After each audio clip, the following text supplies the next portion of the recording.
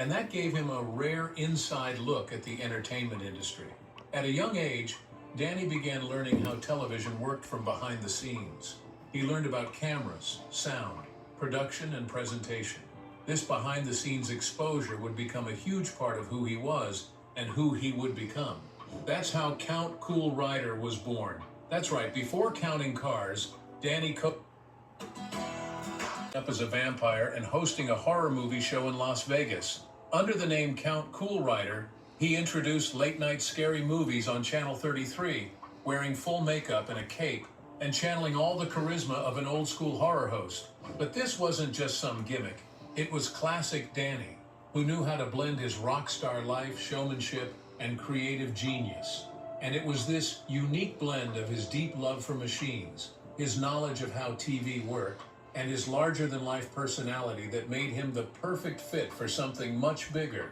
In 2012, the world finally caught up with Danny's energy and vision. That was the year Counting Cars premiered on the History Channel. The show wasn't just about fixing up old vehicles. It was about the stories behind the cars, the passion behind every restoration, and the bond between Danny and his tight-knit crew. And most of all, it was about keeping something beautiful alive in a world that often forgets to appreciate craftsmanship.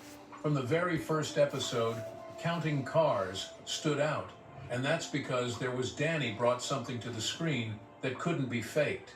Whether he was rescuing a rusted-out classic from a junkyard or building a one-of-a-kind ride for a rock legend, every episode. The show ran from 2012 to 2020 and quickly became one of the most beloved reality car programs on television. Fans weren't just tuning in to see cars, they were tuning in to see Danny with his wild hair, sunglasses, energy, and pure, unapologetic love for what he did. But the show was only the beginning, because behind the scenes, Danny was building an empire. His shop, Count's Customs, was at the center of everything. Tucked away in Las Vegas, the shop became a destination for car lovers and tourists from around the world. It wasn't just a regular business, it was a museum of passion and a place where dreams were brought back to life through chrome, paint, and sweat. But Danny didn't stop there.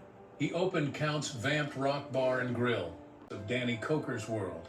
And because Danny is never one to do things halfway, he also launched Count's Tattoo Company, located inside the Rio Hotel and Casino in Las Vegas. In rock, people like Alice Cooper, Rob Zombie, and Ozzy Osbourne didn't just trust him with their cars, they trusted him with their legacies. Because of artists like that, a car isn't just a vehicle, it's a statement. And Danny Coker understood that better than anyone.